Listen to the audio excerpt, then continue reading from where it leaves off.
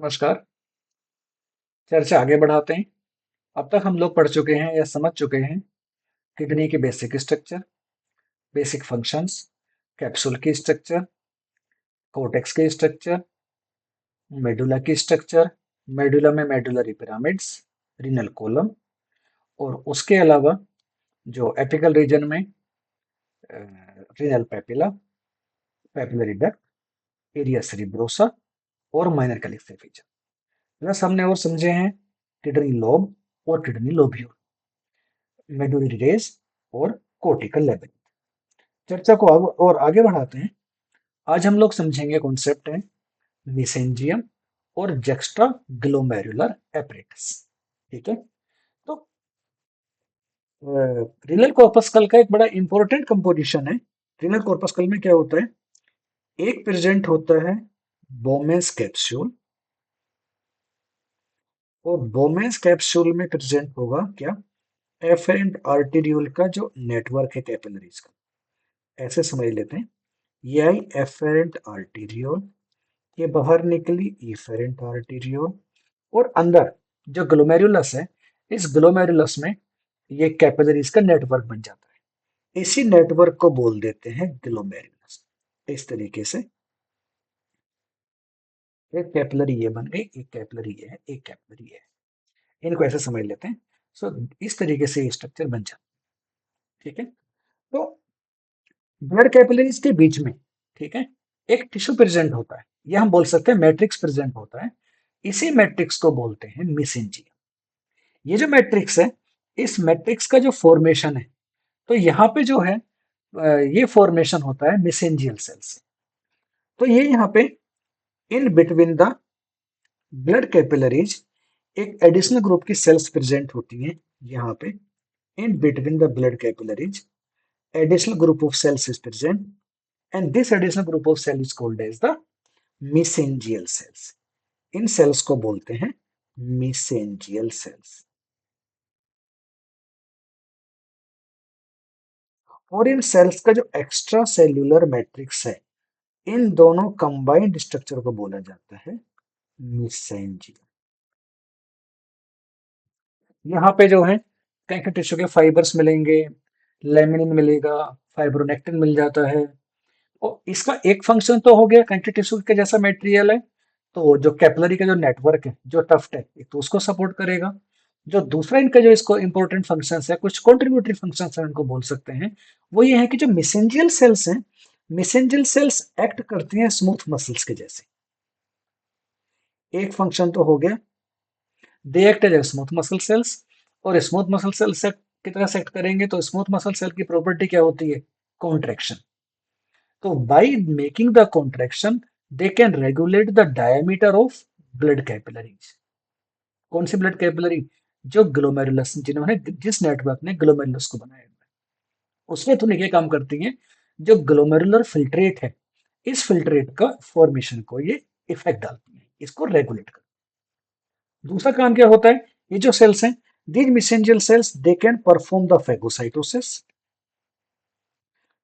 ये फेगोसाइटोसिस कर सकती हैं। फेगोसाइटोसिस के साथ साथ एंडोसाइटोसिस कर सकती हैं। एंडोसाइटोसिस के साथ साथ और ये काम कर सकती हैं, they can secret certain molecules. जैसे क्या, इंटरल्यूकिन 1 सीक्रेट हो सकता है, prostaglandin, PGE2, platelet drive growth factors, ये वाले मॉलिक्यूल्स भी यहाँ से रिलीज किए जा सकते हैं। तो ओवरऑल में जो मेसेंजियम है, मेसेंजियम प्रेजेंट होता है in between the blood capillaries in the glomerulus. Mesangial cells होती हैं, एक एडिशनल ग्रुप है सेल्स का। इन सेल्स का जो एक्स्ट्रा सेलुलर मैट्रिक्स है, इन दोनों स्ट्रक्चर को मिलकर बोलते हैं हम लोग मेसेंजियम। मेसेंजियल सेल्स का एक तो इंपॉर्टेंट फंक्शन है, ये फंक्शन है मेसेंजियल सेल का कि स्मूथ सेल की तरह से, स्मूथ मसल सेल की तरह से काम करती हैं। स्मूथ मसल सेल की तरह से काम करेंगे तो कॉन्ट्रेक्शन होगा, और ब्लड कैपिलरीज से जो यहाँ पे जो मूवमेंट है ब्लड का, और जो ग्लोमेरुलर फिल्ट्रेट है, इस फिल्ट्रेट पे ये को इफेक्ट डाल सकती है, इस फिल्ट्रेट को रेगुलेट कर सकती है। एक और फंक्शन है जो मेसेंजियल सेल्स का, ये मेसेंजियल सेल्स फेगोसाइटोसिस कर सकती हैं, एंडोसाइटोसिस कर सकती हैं, और बहुत सारे जो इंटरमीडिएट इन्फ्लामेटरी मीडिएटर्स हैं और दूसरे मॉलिक्यूल्स हैं, इंपॉर्टेंट मॉलिक्यूल्स हैं, उनको रिलीज कर सकती हैं। इंटरल्यूकिन है, प्रोस्टाग्लैंडिन है, प्लेटलेट ड्राइव्ड ग्रोथ फैक्टर्स हैं। एक और फंक्शन है स्ट्रक्चरल सपोर्ट करती है। ठीक है, बहुत सारे ऐसी डिजीज कंडीशंस होती हैं, जैसे इम्यूनोग्लोबुलिन ए नेफ्रोपैथी होती है, बर्जर डिजीज है, और लूपस के अंदर। तो जो मेसेंजियल सेल्स है दे कैन प्रोलिफरेट। अब अगर मेसेंजियल सेल प्रोलिफरेट करेंगे तो क्या होगा, नेटवर्क बढ़ेगा और ब्लड वेसल्स के साथ क्या काम करेगा, it will interfere with the proper functioning of a glomerular filtration.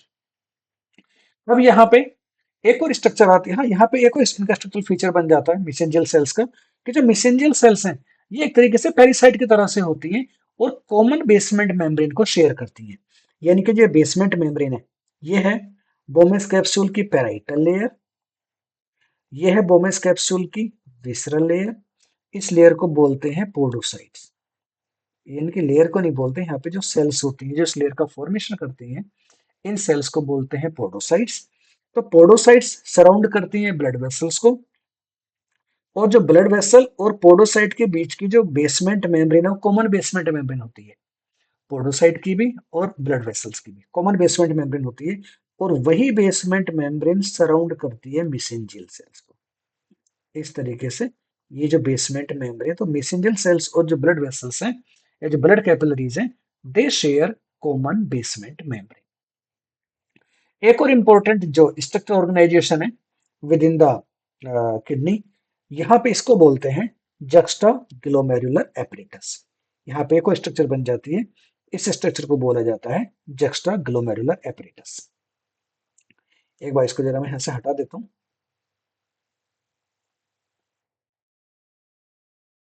कुछ मेसेंजियल सेल्स जो है they are also present outside the glomerulus. इन मेसेंजियल सेल को बोला जाता है एक्स्ट्रा ग्लोमेरुलर मेसेंजियल सेल्स या लेकी सेल्स। तो जक्स्टा ग्लोमेरुलर एपरेटस जो है, this apparatus is near the glomerulus towards the vascular pole. तीन इंपॉर्टेंट कंपोनेंट होते हैं ये जो स्ट्रक्चर है, ये जो एंटायर स्ट्रक्चर है, this structure represents you the juxta glomerular apparatus. ये जो स्ट्रक्चर है, this is the structure that is representing you the juxta glomerular apparatus. यहाँ पे जो है तीन इंपॉर्टेंट स्ट्रक्चर प्रेजेंट होती हैं जक्स्टा ग्लोमेरुलर एपरेटस में। एक तो स्ट्रक्चर प्रेजेंट होती है मैक्यूलर डेंसा। मैक्यूलर डेंसा जो है ये टर्मिनल पोर्शन होता है किसका, असेंडिंग स्टेट ट्यूब्यूल का टर्मिनल पोर्शन है, और इनका फंक्शन क्या होता है, they sense the sodium ion concentration. यानी कि जो फाइनल जो यूरिनरी फिल्ट्रेट है उसकी ऑस्मोलरिटी को चेक करता है।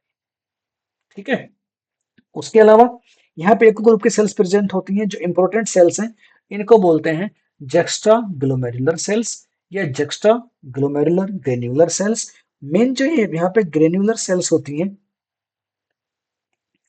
इन सेल से इंपॉर्टेंट एक प्रोटीन निकलती है जिसको बोलते हैं रेनिन, और रेनिन पार्टिसिपेट करती है RAS system, renin angiotensin aldosterone system.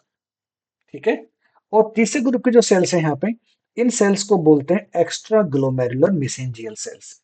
मिसेंजियल sales तो है कहाँ प्रेजेंट है, विद इन द ग्लोमेरुलस, और कुछ मिसेंजियल सेल्स ग्लोमेरुलस से बाहर आ जाती हैं वेस्कुलर पोल की तरफ, और वहां पे ये सेल स्ट्रक्चर बनाती हैं, उन सेल्स को बोलते हैं एक्स्ट्रा ग्लोमेरुलर मिसेंजियल सेल्स। तो एक्स्ट्रा ग्लोमेरुलर मिसेंजियल सेल का एग्जैक्ट फंक्शन तो मतलब हो सकता है अभी नोन नहीं है, पर एज्यूम ये किया जाता है कि ये जो सेल्स हैं ये सेल्स भी रेनिन के प्रोडक्शन में, रेनिन के सीक्रेशन में सपोर्ट करती हैं। तो जक्स्टाग्लोमेरुलर एपरेटस के तीन इंपॉर्टेंट कंपोनेंट हो जाते हैं।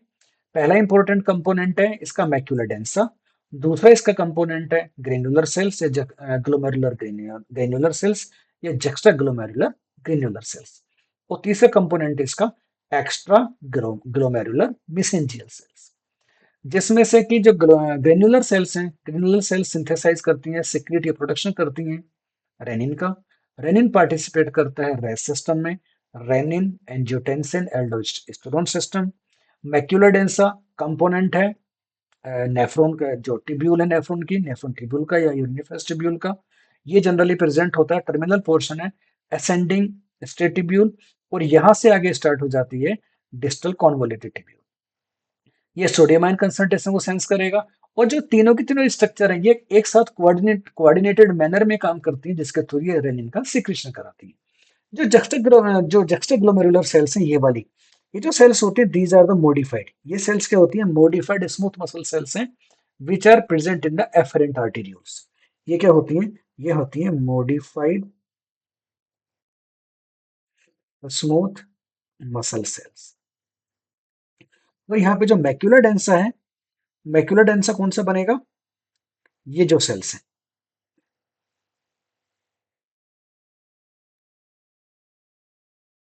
जो ये सेल्स हैं, ये वाली, all these cells are the macular densa. ये जो सेल्स हैं, ये सेल्स फॉर्मेशन करती है मैक्यूलर डेंसा। तो these cells are the macula densa,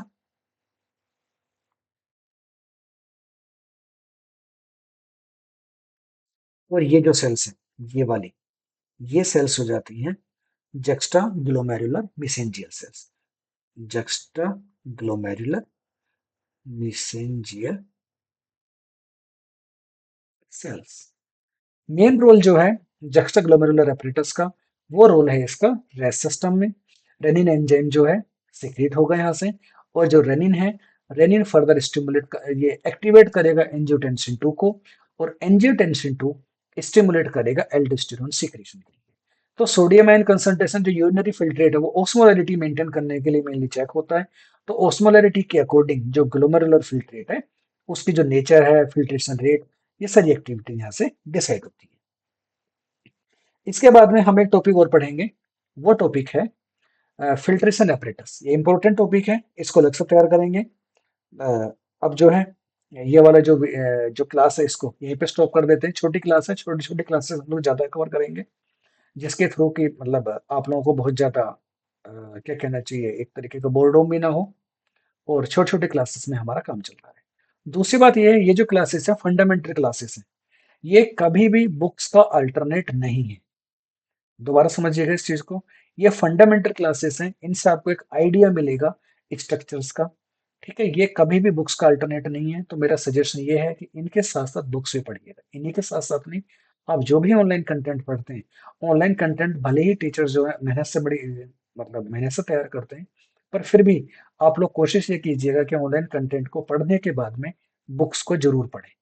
कभी भी जो बुक्स की रीडिंग है, उसको ये जो ऑनलाइन कंटेंट है उसको रिप्लेस नहीं कर सकता। ये बस आपके दिमाग में एक पिक्चर क्रिएट करेगा, जिसके बाद में जब आप बुक्स की रीडिंग स्टार्ट करोगे, तो आपको चीजें बेहतर और अच्छे तरीके से समझ में आए। ये वीडियो आप लोगों को अच्छी लगे तो आगे फॉरवर्ड करो। कोई कंफ्यूजन है, डाउट है, तो मुझे आप लोग मैसेज कीजिएगा। अ, अगली वीडियो में जल्दी बना के क्या बोलते हैं अपलोड करूंगा। तब तक के लिए अपना ख्याल रखिएगा, पढ़ते रहिएगा। नमस्कार।